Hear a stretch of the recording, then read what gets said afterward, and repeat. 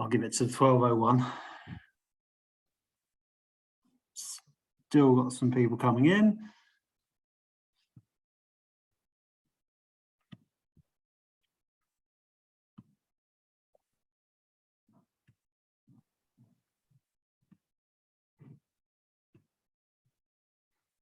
Okay, I think we're about there. Right, good afternoon, everyone. Welcome to today's Procurement Housing webinar. We've got an exciting topic, transformation, the golden thread from procurement to benefits realisation, with a really great speaker who I'll come on to in a minute. We are recording this session, so we'll be able to send you that afterwards for your further benefit. We'll also take questions at the end if that's okay. I think we're going to allow about 15 minutes for Q&A at the end. So either keep questions to yourself or stick them in the little Q&A option at the bottom of the screen, and I will pick those up at the end. But yeah, as I said, we've got a great speaker. We've got Julia Mixter here. She is the Director of Transformation at Raven Housing Trust. Prior to that, Julia has held a number of senior roles in HR for the last 20 years, most notably at the Royal Automobile Club, the Children's Trust and TfL. Julia's joined us at PFH Live earlier this year as well, I believe. So we know she delivers a great session. I really hope you're going to enjoy it. Remember, we got time for questions at the end. So as I said, please do drop them in the chat Q&A bit at the bottom, and I'll ask them at the end. And that's enough from me. So Julia, over to you.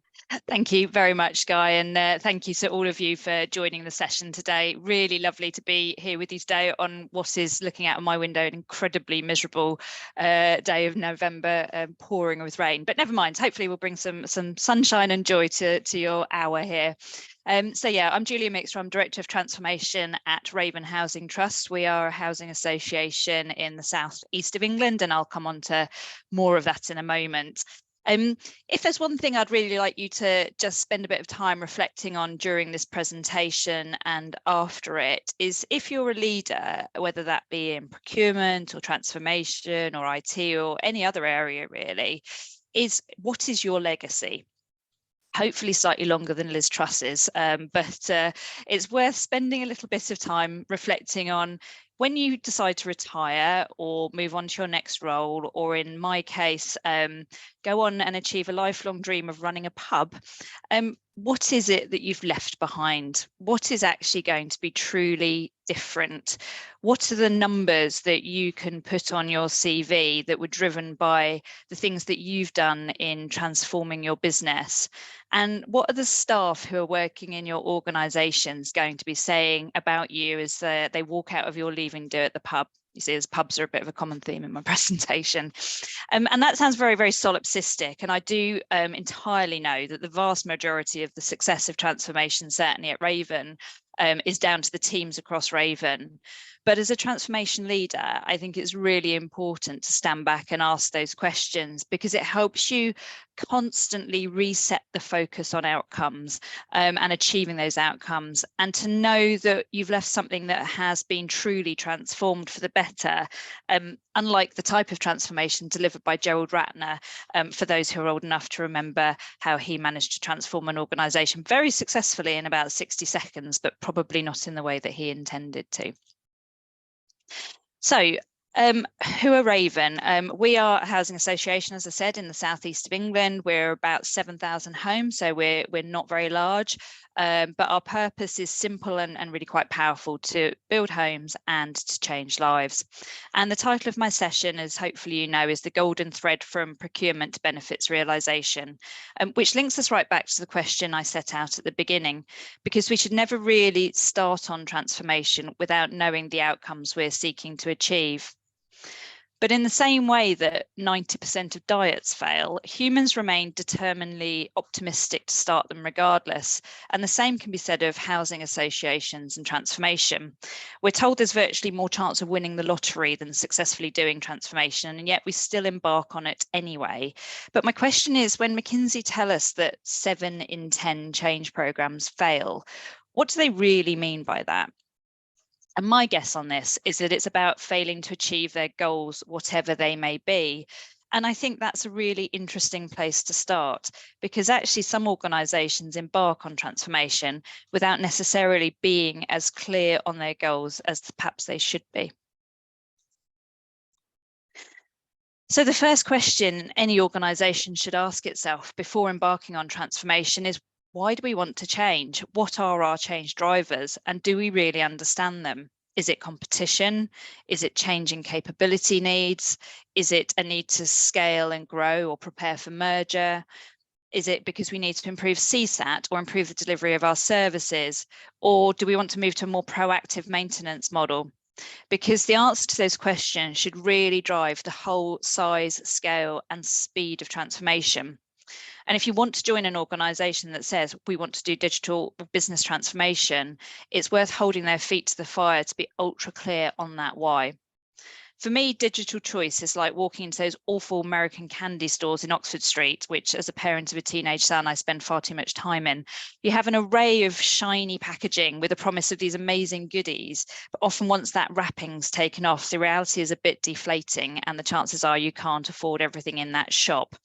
And I liken that to digital ambition, because you can't afford everything out there. You must know where to focus your digital strategy. You know, at Raven, we would love to invest in IoT to improve proactive maintenance in homes. But the reality is we simply don't have the capacity or the resource in order to do that. Our why at Raven is actually relatively basic, and it's quite closely aligned to strategic outcomes. It's to improve customer satisfaction through delivering valued and trusted services, which is much easier said than done, and to deliver value for money by redesigning processes to be end-to-end and automated so things don't drop between cracks. And frankly, it's probably one of the most important things we can do. So first things first, understand the why and ensure the whole organisation is on board with the why, as the energy and the momentum required to drive long-term transformation requires everyone to be aligned and working together to deliver that.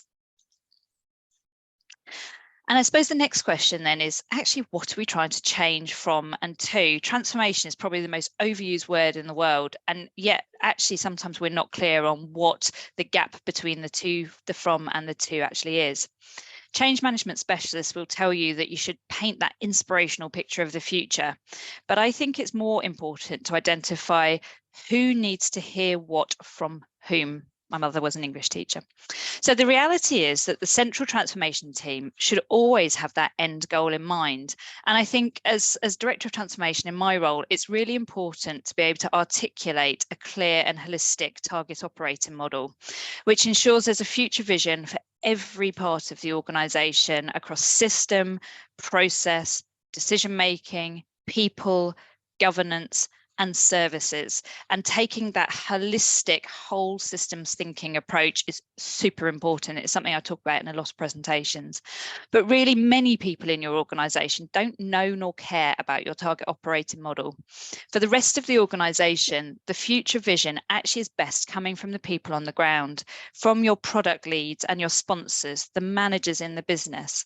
It is so much more powerful for them having their team leader telling your DLO, for example, how their working life is going to be transformed by simply being able to see the jobs, the photos from the jobs of the person that's worked in the property before you, than any flowery transformation words I can put on a slide.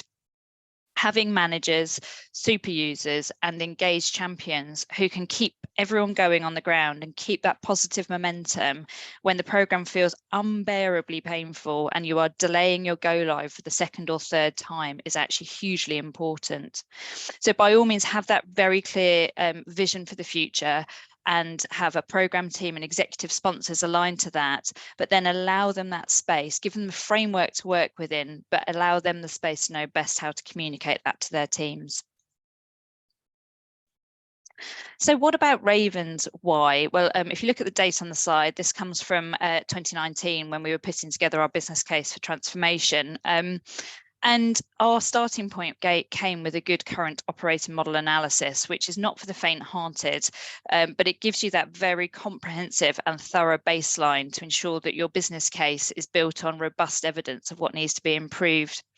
And in Raven, this was supported with feedback from our customers and our staff, so we knew that we were heading in the right direction. We knew customers were wanting more digital self-service and choice. We knew they wanted to be able to easily access services at the times that suited them and gave them access to information in ways that suited them. And we also knew that, like swans, staff were paddling far too hard under the surface to make things work effectively. We were able to demonstrate the huge complexity of our system architecture and areas of silo working and a lack of single data view. And that came with associated risks, which was sufficient for us to gain executive support for putting together the transformation business case.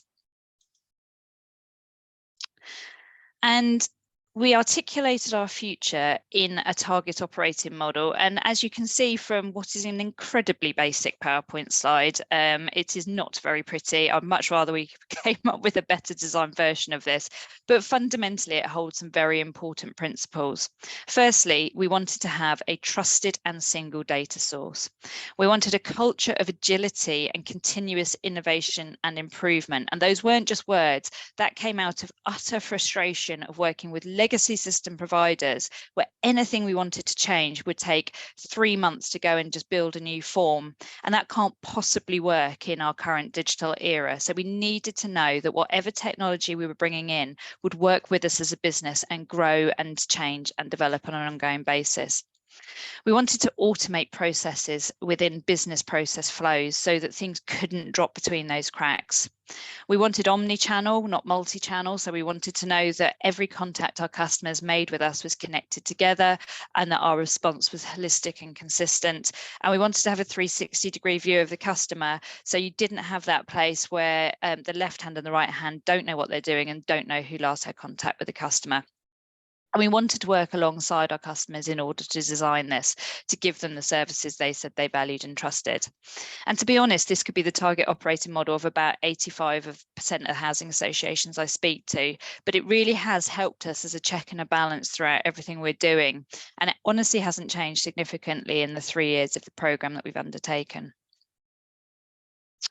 And the first big decision that we had to take at Raven was thinking about the size of that leap. Now, it may be that most of you are already on or partway through your own journeys, but at the time we were really starting, sorry, slides just flipped forward. We were starting over to that left-hand side, disparate legacy systems, multiple spreadsheets and data sources, very manual processes, and quite limited portal functionality. And we felt that the type of investment that was going to take us to the middle ground simply wouldn't take us far enough, and that others would have moved ahead again by the time we achieved what we were going to there. We'd very much underinvested in digital until that point and probably hadn't seen the importance of digital service delivery. So we needed a solid business case so we could leapfrog that middle ground and take us to the right-hand side and deliver a true portal for, platform for future growth and scalability, which was aligned with that target operating model. And our transformation was ultimately designed to reduce over 60 applications, which is nowhere near as bad as I know some people have it. I've heard 360, I've heard 560, but ours was 60, down to 6 core systems, underpinned by a comprehensive data lake and warehouse to secure our data. And we found this a very useful model when thinking about the type of technical architecture we wanted to adopt in transformation. So on the top left, we considered keeping everything that we had, because I think it's very important. You know, we work in HA, we're not splashing money around. We need to know that we are adopting a sort of a value for money approach to what we're doing. So we wanted to say, can we keep everything we have and build around it? And we looked at things like low-code software. But having done a RAG analysis of our systems, it was clear there was simply too much to fix. And also a lot of it was as much about supplier issues as it was about the technology itself. So we quite quickly discounted that. In the bottom right-hand side, we considered full ERP with a single supplier and single solution, but anticipated early on it was probably going to be too expensive. And also a lot of the big players won't talk to an organisation of our size. We didn't even hear back from a couple of the major housing software providers, and I've heard that story from a few other HAs I've spoken to. So like everyone, we wanted a solution that was going to give us high quality, seamless interaction across the business to improve efficiency. We don't have a big in-house development team. We just have 2 system developers in-house. So we couldn't build our own, and we didn't want to be trailblazers, but we wanted to build on a very modern, dynamic and MS Dynamics platform so that we were completely future-proofed. And so we went for something hybrid, somewhere between the other 2 options. We were going to be more top right with multiple best of breed solutions, but having gone through procurement, we've mainly found one single platform for customer and housing management, and then a second solution for finance, which I'll come on to in a second. So our investment needed to help us revolutionise what we did to create a brighter tomorrow for our customers. And to revolutionise requires more than just small scale investment. But a difficult question to answer is, what is the right size of investment for transformation? And we didn't set a limit or a cap on what we were going to invest initially. We decided to build it from the bottom up perspective to understand how much it would cost to deliver. And then we assessed the cost of investment against the benefits on our own headroom. And by luck or judgment, it worked out around about 10% of our turnover. And our board were good and challenging in saying they didn't feel that we were actually putting aside enough for this level of change that we were anticipating. And they were probably right. Over the 4-year period, give or take, we have eaten into a contingency we originally budgeted for and then decided to get rid of in our wisdom early on. But you're looking at around about a sort of 8% overage above the original estimate. And if you're in that stage of having to size your transformation program, it can be really hard to get your arms around what it is you're actually having to budget for.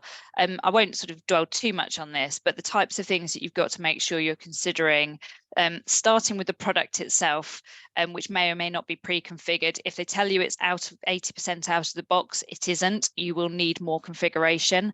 And if you are using an hours-based contract, that comes with an enormous health warning. A couple of thousand software developer hours seems like more than enough when you're starting out, but we found out to our cost that we swallowed that up very, very early on in the process. You need to look at your licensing model, and you can actually get Microsoft degrees in licensing. It is that complicated, but we have that on a, sorry, I keep flicking through the slides. We have that on what we call a SPLA agreement. So that is the service provider license agreement that's managed through our supplier as an independent software vendor. In terms of data and integration, we underestimated the cost of moving large amounts of data around in the cloud, and that's something to really get your head around very early on. And there's some Azure cost management tools, because we're with Azure, that have really helped managing that cost. You need to look at your in-house team and your resources, and you can never have enough business analysts. I go back to what I said at the beginning, that any transformation is a whole system, whole organization transformation. So you will be constantly remapping the processes and procedures and the services that are changing in your organization due to the connection that's taking place between everything. Change support, that's often an area that gets underplayed, but actually recognizing the enormous hard work and effort that your teams are putting into transformation. And so we thought about things like gifts and symbols and rewards, so that every time we go live and we do something new, we are celebrating that. Digital capability and training. Again, an area really not to underestimate. Something I was reading recently suggested that only 15% of employees have what is called good digital dexterity. So that's the ability to exploit the new tools and technology you're putting in place. So if you think about that from a procurement and a return on investment basis, 85% of your staff are not maximizing the productivity of the new technology you're bringing in if you're not investing sufficiently in the capability training needed to bring them up to speed. So making sure you have that in place and you've fully costed that out will be essential. Then have a contingency budget, don't give it up early on as we did. And post-transformation, you will obviously need ongoing cost on an ongoing basis for enhancement, hypercare support, and all sorts of areas. So it's easy to underestimate those areas, and we certainly did at early stages of the programme. And the other question that you'll have to grapple in your organisation is, do you backfill or not during transformation? Again, probably now I would say some key roles you should try and backfill if you can. And the return, a business case can be built on all sorts of things. In our case, it was around making things easier to get done. customer satisfaction, reduced cost of service through digital channel shift, having fewer systems and less infrastructure to support, the reduction in manual processes, administration, and the opportunity to redesign to make services more effective, having scalability for the future and increased productivity. In terms of being able to reduce our costs, we knew we were going to be able to reduce transaction cost and actually headcount due to removal of manual processing. We knew we were going to get more things right first time, so that should lead to a reduction in repeat calls. Greater efficiency through integration, so not having to spend time manually manipulating data between two different systems. And we knew that decommissioning multiple systems would reduce our supply chain and further reduce our CapEx cost. So overall, we were able to build a strong business case around benefits realisation, which is obviously the sort of end point of the journey that I'll come on to a little bit later in the presentation. So if you're thinking around procurement, how do you decide on the right vendor model? We wanted to ensure that we were delivering that integrated solution that provided simplicity for our customers. And we wanted to move away from on-premise towards cloud-based technology. Having carried out that review of our current systems and the RAG review, we determined with each system what needed to change and what we required. And we knew those priorities through our target operating model. We wanted a progressive system that could be continually improved upon, as I described earlier. So having reviewed all of the best of breed systems, the ERPs and everything out there, and looked at the established partners that were in the housing and public sector space, we decided that the Microsoft Dynamics 365 platform was right for us, and that would enhance our architecture back office and front office due to the ability to integrate with Office 365. And we decided to look at multiple suppliers, as I described earlier. We wanted to partner with someone with sector experience. We felt that was really important in housing. Deliver at pace. We wanted to work in agile ways so we could start to see the benefits early on, because when you're in a marathon transformation program, it's really important for energy and momentum to be able to see some of those benefits. We made the brilliant choice of starting during the pandemic, so we needed to have someone who would be able to work remotely. And we wanted to be a key partner to our supplier. We didn't want to get their B team. We wanted them to really care about us as a business. Care is actually one of Raven's strongest values, and we wanted to feel that from the supplier. And I can honestly say, having walked around some housing conferences, I got very short shrift from some suppliers, and as soon as I had that kind of interaction in a conference, I was like, okay, you're not the partner for us. So it was ones who genuinely cared about their product and cared about the relationship and cared about that first impression. And so after a really rigorous procurement process, which included having our customers involved to look at what we were looking at as well, we selected Tech Labs London, and it was their iProperty Cloud solution for our CRM and our housing management solution. Tech Labs, new to the sector, they've now started working with about 3 or 4 other some large, some smaller housing associations. They're a Microsoft Dynamics partner and a Microsoft ISV Gold partner. And they really impressed us with their kind of quite agile approach and forward-looking view of what could be done with housing solutions. And then we selected PwC as our partner to deliver finance and operations, because they came with very solid references. They have a very established implementation path, but they still maintain flexibility. And then also we have replaced a number of other systems, including our housing system, in partnership with Access People XD. So the question is, what have we actually done? What have we delivered? In an 18-month period, we have 18 months, I think it's a bit outdated, 24-month period, actually, we've successfully delivered the CRM.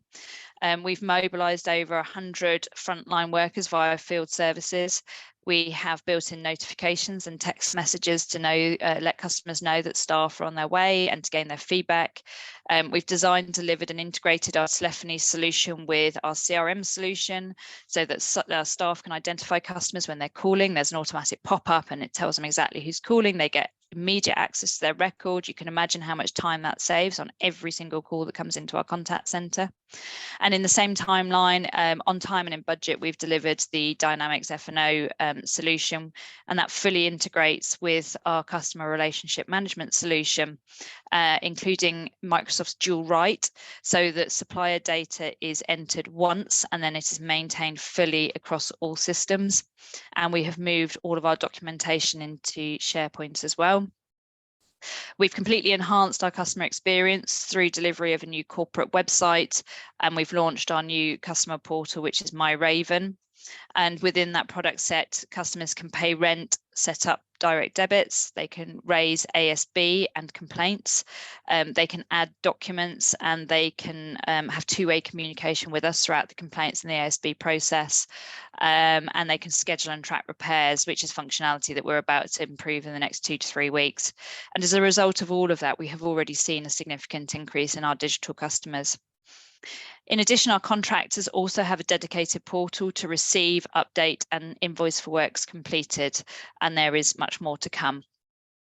But going live with new systems, in my opinion, is really only the first stage gate. It feels like a lot has been delivered, but if your definition of transformation is just turning on lots of new systems and turning others off, then I guess you could say we're pretty much 100% transformed. But I go back to that alarming statistic I mentioned, which is that only 15% of staff have that high level of digital dexterity. And I think, if I was to put all of these outcomes on my CV now, it's a little bit like leaving a marathon at mile 20. In all likelihood, I'd be leaving at a point where actually most of our staff are less effective and less productive because they're still potentially working across 2 systems, or maybe struggling to get to grips with some of the products we've delivered.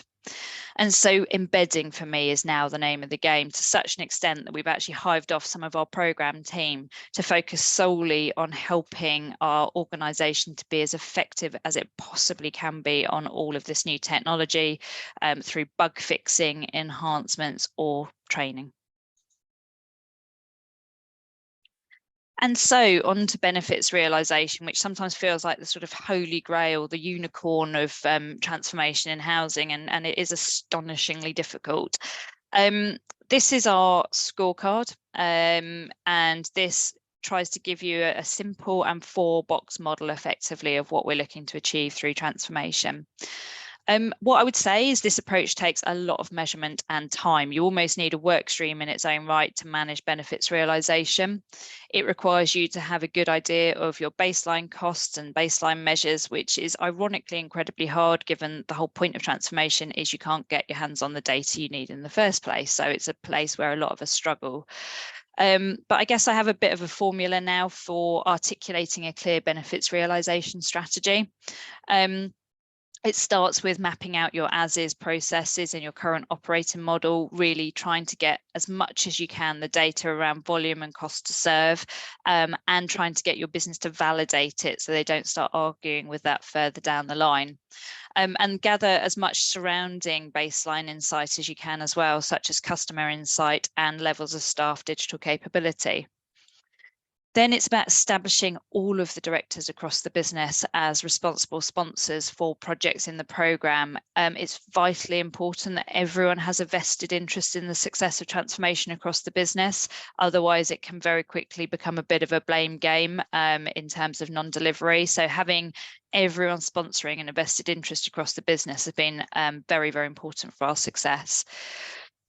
We should have clearly mapped our project work streams to understand the benefits that each of those work streams is then going to enable at the endpoint. We've now developed a project closure framework. So for every project within the programme, it requires a report on benefit realisation, and that is not the same as enablement. So having 40% of customers reporting complaints and ASB online should enable a review of the number of contact centre staff that we have. But the realisation comes when we make an active decision to reduce costs by either reducing that number or redeploying those elsewhere. And it is not until then that we successfully have achieved benefits realisation. We measure and regularly report on the framework, so it remains top of mind throughout the programme. And then we embed all of the targets within other areas that are already under their own established governance frameworks, such as the budget and the business plan, to make sure that delivery is seen through. If you just have them as a transformation dashboard, they will never be seen as an integral part of business delivery. So I guess, as the saying goes, put your money where your mouth is. And where are we at in relation to all of this? So thinking about the cost reduction story so far. I'm not going to read through every single one of these slides. I'll probably bore you to death if I did, but starting with decommissioning cost savings, in terms of the system reduction, by the end of the programme, so by the end of next year, we will have delivered just under 300,000. Now, obviously, these things are all relative. That's virtually nothing to some HAs and it's quite a lot to others. But, you know, in percentage terms, that is a good reduction in us for application and infrastructure cost.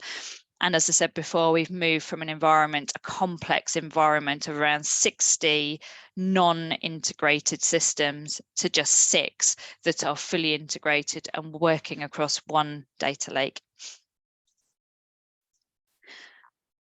Looking then at the operational story so far. Data is really our major focus here and is one of the biggest challenges for every housing association I speak to. We had multiple sources of data. We had no golden data source. We had no concept of master data and a really heavy reliance on Excel spreadsheets for reporting and decision making. And for those of you in the same boat, you'll know just how many risks are attached to that, with having one person who knows their spreadsheet, they know their formulas in their spreadsheet, but they're the only person, and you are entirely reliant on them for validation around areas that are critical to, you know, governance and regulation. You know, we are a very heavily regulated environment, and that place made me incredibly nervous, whereas now I know that we are in a much stronger position around data. We wanted to develop and have developed a data lake to capture and store all of our operational data, and then build data warehouses to structure all of that information against business rules, and then on top of that enable good visualization of that data through Power BI. And that gives us so much more confidence that we are looking at one source of data. We know exactly how many properties we have. We know what our definition of a property is. And those sound like really simple things, but actually, again, really complicated, because one person's definition of a property or a component, it can be a house, it can be a flat. Is it a block of flats? Is it one stairwell or 2? Is it a garage? Is garage a unit? It's not until you start getting under the skin and into the detail of these questions that you understand the complexity of the data story. And so far, we've managed to move all of our compliance data into master data source with full auditing, much greater data quality and standardization. So things like reducing free text fields means there's much less room for error. And we are putting a very, very strong focus on data quality and governance across the whole business. And one of the most interesting outcomes around data for me was actually financial as well. So I'm just going to read out the quote in the top right-hand corner of this slide. A positive impact having our data around assets in one place. So everything relating to a specific property is in one system. This saves me about 2 months of work trying to get the business plan right. Previously, a number of systems would have needed to have been cross-referenced, for example, with kitchen replacements to work out the costings for the 30-year plan.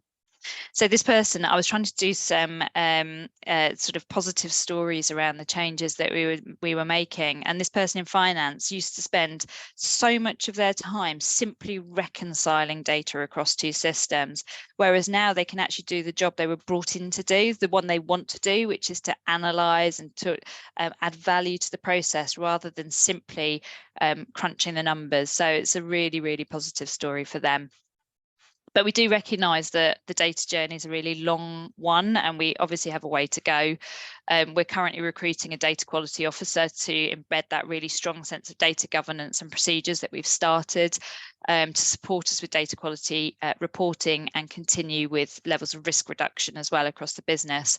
And we're very keen to upskill citizen developers, so those staff in the business that we give enhanced skills to around the Power Platform. So that's the Microsoft Power Platform. And I think the real success for me comes when you see people coming together who are looking at consistent views of data, and they start to join the dots across the organization. They're connecting up insights that fundamentally are going to lead to greater and greater service improvements. And the customer, probably should have started with the customer given our focus. Before Better Connected, our portal had really quite basic functionality. You could pay rent or raise a repair, but pretty much everything behind the scenes was happening on email. Subsequently, I've talked about, we've added the ability to raise and track ASB and complaints, and our customers have advised us that they find the new process really, really easy to use, and they value the ability to upload documents and to see and track their complaint or their ASB issue through the process. The Housing Ombudsman have now used our work on our portal to demonstrate really good practice in digitising the complaints reporting process. And we're shortly going live with an enhanced repairs report offer, which is going to enable customers to raise, schedule and track repairs, as well as being able to see additional planned works from when they're taking place. And again, all of that will help reduce the amount of contacts into the contact centre. And next year, you can see on the right-hand side some quite significant additions to functionality that we are trying to build in. And I guess we've taken a slightly sort of back to front approach. A lot of organisations start with portal functionality and then improve the back end, whereas we wanted to make those back end processes absolutely solid and working perfectly, and then we're exposing those onto the portal. So it just means that some of those customer benefits come a little later, but we're very, very confident that when we go live, everything is working behind the scenes as it should be. And here are some of the sort of statistics and targets that we've now delivered around our portal take up. We think it's pretty strong already. Repairs is higher than the August number. We're now about 25% of repairs raised online. ASB and complaints now around 50% being raised online. And this is a good success story. Most digital shifts happening organically, but we have trained our customer service centre to try and coach customers towards the portal. And we also have a digital inclusion officer who is targeting specific support through letters as well to perhaps some of the more reluctant adopters of digital. So absolutely more to go here, but it's given us a good sort of amount of confidence in our starting point. And finally, on to staff as well. I think 3 years ago, Raven was a very, very different kind of an organisation. Teams at that point was a mere twinkle in our eye. I remember saying to my head of IT, what on earth is Teams? I don't understand it, and got really frustrated when he couldn't really explain it to me, and then actually found it wasn't too difficult to use. But our physical teams were divided by functions, by spreadsheets, by legacy systems, by office zones. But we're now, for want of a better word, hyper-connected. We're joined up in the cloud. We have integrated systems. We have one version of data, not the customer version, the asset version, the repairs version. We have SharePoint. We have cross-functional system user groups who are looking at how we can make improvements together across the business. And we have now in place these digital acceleration programs to help with that digital dexterity. Does that mean we are achieving perfect outcomes? I would say absolutely not. It's really early days. It doesn't feel like it, but it is still. We still have staff working across the old legacy systems together with the new systems until we complete those implementations that I mentioned towards the middle of next year. And that in itself can impact response times to customers, and it impacts their satisfaction. PwC have just reviewed our finance system implementation, which I said it did go live on time and to budget, but have concluded there are still many elements of the system that we're not making the most use of. But the main thing is we have that difference in mindset. We're working together to improve. We know that we can feedback and influence system improvement and change. And we see our systems as really an integral part of our service delivery now, not just as standalone software. So I think in that sense, we're winning that sort of hardest battle of culture change. And our staff are really recognising technology as an enabler of different ways of working. They're empowered to, you know, raise jobs on behalf of third parties out in the field. They're not having to pass the job on to someone else and then waiting for them to take action and getting frustrated. So that has positive impacts on things like blame culture and accountability. Technology can drive culture shift as much as culture enables digital adoption. So for anyone looking for a good partner in this space, I'd highly recommend talking to a company called Cosmic. They do a lot of partnering with housing associations, and they've really helped us thinking about mindset, training, and digital adoption as such a critical part of transformation. So on to my final slide, you'll probably be delighted to know, so that we can move into FAQ and hopefully you can get some lunch as well. I guess the question is, what is my legacy? I said at the beginning, I wouldn't attempt at all to claim ownership of these achievements. As I'm sure so many of you know, being a good director is about creating sort of really, really good teams who actually do all of this. I just need to help sort of make sure we're steering the ship in the right direction to achieve what we need to set, what we set out to achieve. I'm not going to go back through the numbers as they're all stated online, but you know, some of these things we are really proud of. A 3-minute reduction per call in the contact centre because of that screen popping and that integration between the systems means that our customers are able to get what they need far more quickly. They're not having to wait for us to sit and look between two systems. So we're removing that level of frustration for them. Staff visibility of the progress of tasks and the ability to book future tasks whilst with a tenant has reduced our administration costs by 20%. So lots and lots of things that we can definitely say we have actually delivered. We've moved through and into that benefits realisation piece. But this really isn't the end of the story. As I said at the beginning, for me, true transformation is not about successful implementation of the systems. It's when that successful implementation makes our customers more satisfied with our service and that we're delivering true value for money through our operations. So my leaving do might have to be postponed for a little bit longer whilst I complete the marathon. I have a little way to go, but thank you very, very much for taking the time today to join me on the journey, and really happy to take any questions that you might have about this. Thank you. Yeah, thanks, Julia. That was really interesting. Certainly whetted my appetite for change. But yeah, we'll throw the floor open. Has anyone got any questions? Okay, we've got a question from Emma Burton here. How do you manage building information that is not data, drawings, specifications, approvals, etc., from new builds or refurbs? This is also the golden thread. Oh, blimey. Drawing, specifications, approves. Okay, yeah, do you know, honestly, I'm not going to be able to answer that question. It's something that I know our Director of Development is very keen for us to look at around that golden thread. Digital twin is something that we are looking at now. We haven't kind of got to that point very well yet. So yeah, I don't want to fumble around and give a bad response to the question. It is something that is a work in progress. I think if I can build out on the question, one of the things we now need to look at across the whole organisation is how we build out that knowledge base. And the amount of time that's needed to do that. We've recognised how not having clear procedures and ways of working that were consistent and well understood across the business caused us so many problems in the first place.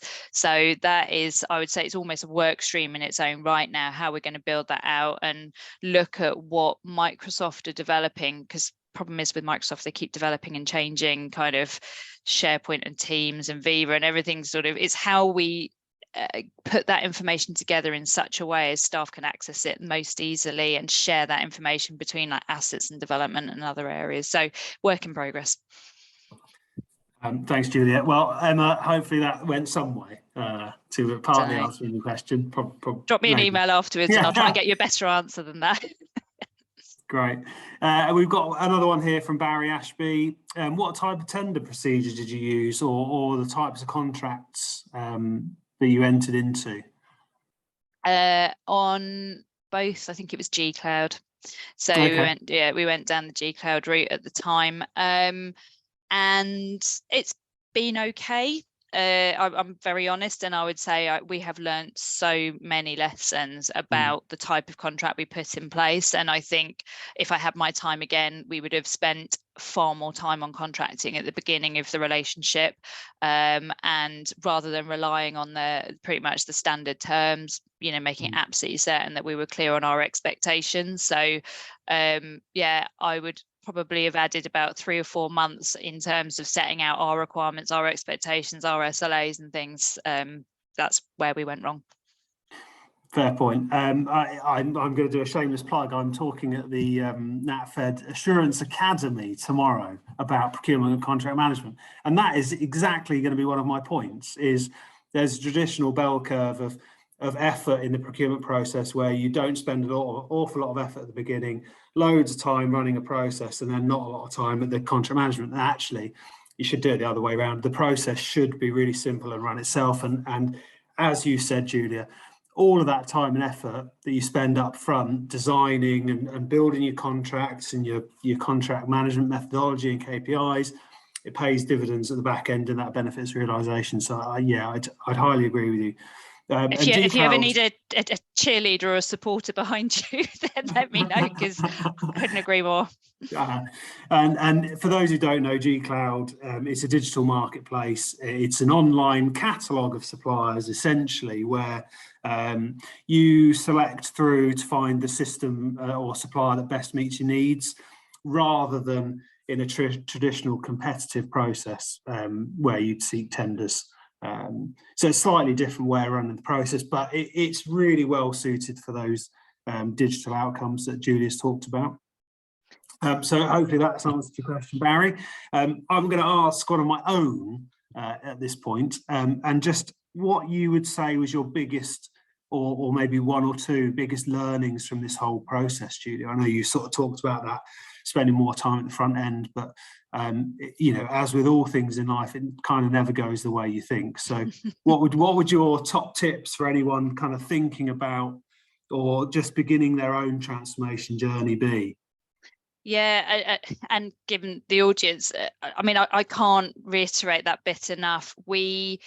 The mismatch, or the risk of mismatch in expectation, if it's set out badly at the beginning, haunts you all the way through. And it's haunting me. Like, even today I was on a call, bearing in mind we've been working with our suppliers for multiple years now, it is still causing us really big problems, because you'll get to the point of going live with a new system and they might be deploying something really quite late on to say, are you happy with this? We need you to test it. And you go, no, that's not what we wanted. And they said, well, no, that's what you asked for. And it's like, no, but these are the words we used. And they said, well, these are the words we used. And trying to understand the level of detail you have to get down to make those specifications clear and to understand what your acceptance criteria are. You just can't ever spend enough time doing that, because I think it will, just as you said, saves you so much time and effort in the long run. So definitely that. I've fallen out of love with hours-based contracts. I would absolutely never set up an hours-based contract ever again in my life. And it's difficult because you've got the waterfall agile argument. And they both, I should never say one is better than the other. They both have their pluses and minuses. Agile is great when you want flexibility and perhaps when your requirements aren't quite so clear. But there's risks that come with that in terms of, everyone's stress levels towards the back end of the cycle of going live with a new system. And I think I mentioned it in the presentation, but and I'm really sorry if there are suppliers on this call, but I'm very cynical about what I see in any sales pitch now. I would say if people tell you it's 80% out of the box, it's probably 60% out of the box, and there's lots of other things. So I find it difficult here. I question a lot more now about what I'm hearing in a sales pitch. Absolutely. Yeah, couldn't agree more. And I think that's a given across any procurement process you run these days is the fake news, for want of a better term. But again, it is in that designing your evaluation criteria at the front end and really understanding what you want to see. So no, I think that's That's a great answer. Thanks, Julia. Guys, can I sorry, because I build on this, because I just think, given your role and what you all do and the audience, I think there's something in this for me that I'd love to learn from others. You know, anyone who's got experience of this, is how you build and maintain a relationship, because there's an inevitable tension between digital suppliers and housing association. One wants to make a profit, one wants to, you know, deliver software at best value for money, and inevitably there are going to be times when it's going better than other times, and it's kind of, how do you hold that level of accountability and contract, you know, quite hard contract management at times, but maintain that really sort of positive, flexible relationship that you need moving forward throughout the whole program. So anything procurement can do to help us work out how to keep that good contract relationship throughout is absolutely. Really I think it's a fundamental part of the puzzle, isn't it? And I think, you know, from my own experience, I'm head of consultancy here at PFH, but I've been head of procurement within housing previously, and I think the one thing I would always stress is good contract management will do you more benefit than anything else in the organisation. And the key part of contract management for me is communication, and I think you mentioned it in kind of posing the question back in terms of how do you keep that flexible, beneficial relationship going over the full life of the contract? Well, I think, you know, like with personal relationships, you know, it's all, not everyone's going to be happy all the time. You're going to have your dips and your arguments and your fallings out. But actually, if you can keep talking, and if you can keep going back to those outcomes that you had at the start, and understand the other person's point of view and their drivers, I think that goes a long way to putting you on a solid foundation for the relationship. I think the mismatch comes where, you know, look, we're in a cost of living crisis. Austerity version 2, as I'm calling it, is probably going to come next year, and cost is going to be a huge driver, both from suppliers who are going to want price increases and customers, public sector, who are going to want prices to be stable or going down. And how do you meet that mismatch? And if you bullishly try and hammer your own driver, your own nail into the wood, you're not going to get anywhere, and you're just going to frustrate the relationship. And I think the ability to have that honest and open dialogue is vitally important. Yeah, that's really good advice. Thank you. Pleasure. I'll stop talking now. If there's no more questions, which it doesn't look like there is, I will just take this opportunity to thank you again, Julia. A really insightful and interesting presentation, and I hope everyone that's joined us today has enjoyed it as well. Just a reminder, we will be sending this recording round afterwards, but if you've got any questions in the meantime, drop Julia or PFH an email, and we'll happily see what we can do to help. So thank you very much. Thank you. Bye-bye.